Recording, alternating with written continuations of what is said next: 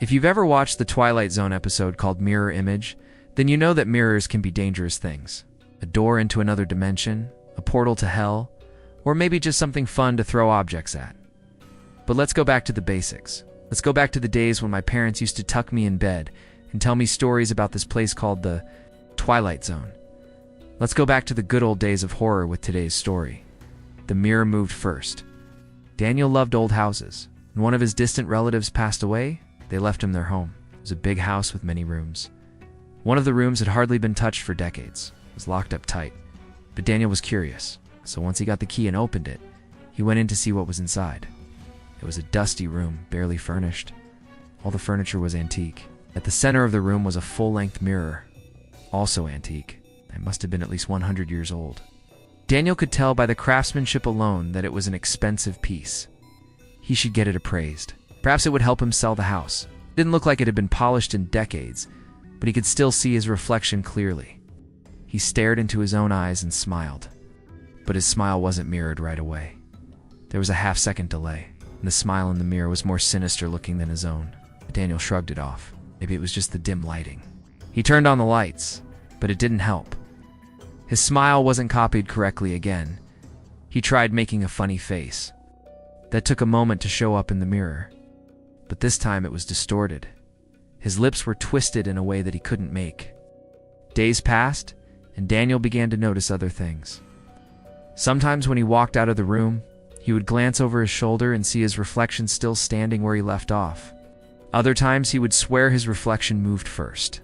He would turn around and stare at him while he was walking away. He told himself it was his imagination, but he couldn't shake the feeling that he was being watched. When he brushed it off at first, it was unsettling. But as time went on, it became downright terrifying. At night, he could hear whispers coming from the mirror. They sounded like his own voice, but deeper, more cavernous. It was impossible to make out the words. He would wake up in the middle of the night and listen intently, but the whispers were never repeated. He started having nightmares about the mirror. He dreamed that it was alive. The glass oozed like blood, and it swallowed him whole. When he awoke, he could feel his heart pounding against his ribs. Every time he saw his reflection, he would jump. Was the mirror playing tricks on him? Was it driving him insane? What did it want from him? One day he decided enough was enough. He was going to find out the truth behind the mirror. He went to the local historical society and showed them a picture of the mirror. They had records dating back to the early 1900s. Daniel learned that the house had only had 3 owners, since it was built in the late 1800s. The last owner bought it in 1948. He lived there until 1963. Then he disappeared without a trace. No one knows what happened to him. There was also a woman named Amelia Blackwood. She owned the house from 1927 to 1930. She suffered from schizophrenia and vanished. After setting fire to her own house, then there was the original owner, Thomas Radcliffe. He owned the house from 1898 to 1927. He died in his sleep, according to the records. But why did his widow give the house to her son if she inherited it from her husband? Daniel didn't know the answer. The Historical Society didn't have any answers for him either. As the weeks passed, the whispering grew louder and more frequent. Daniel would hear his own name being called. He started having panic attacks every time he looked in the mirror. His reflection seemed to mock him. Sometimes when he came into the room, he would find the reflection doing strange things. Once he found the reflection sitting down, as if someone had sat his reflection down. Another time he found it kneeling like it was praying. Then the faces staring back at him changed. Sometimes he would see glimpses of the other owners staring back at him. Their eyes burned into his skull. They were dead, yet their souls were trapped in the mirror. How could this be? Daniel didn't know what to do. The mirror was driving him crazy. He was sure of that. But how could he destroy it without destroying himself? After all, it was just a mirror. Even if it was haunted, what harm could it do? One night, Daniel was awoken in the middle of the night. He heard voices coming from the mirror. They were speaking at once, each voice echoing and bouncing off the walls. Now that he was awake, he could hear their words clearly. "Give us back our bodies," said one of the voices. "We want to walk in the sun again." Daniel sat up in bed and looked at the mirror. Each voice belonged to a different person. He could see them all reflected in the mirror, but none of them looked like they belonged to this time period. They were wearing clothes from the 1920s, 1930s, 1800s even. You stole our bodies, another voice said. Now we are trapped here forever. What? Daniel fell back onto his bed. He didn't steal their bodies.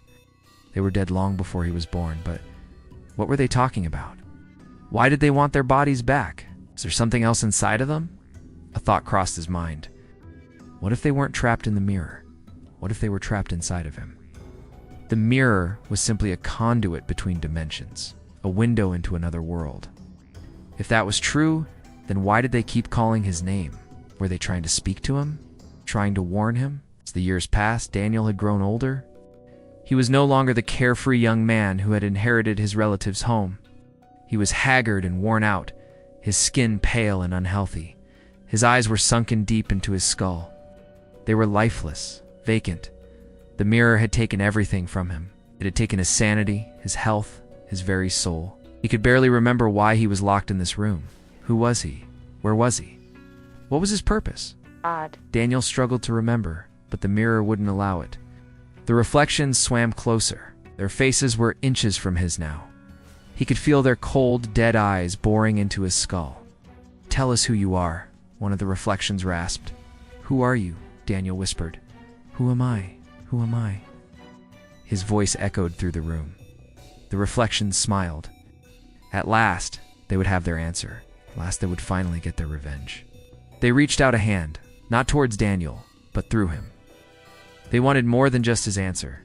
They wanted his body, wanted to be human again. They wanted to walk in the sun, wanted to live. The reflections pushed through Daniel.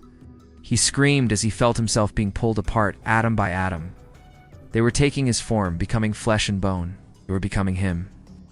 As the last of Daniel's atoms were dispersed, his scream ended. Silence filled the room.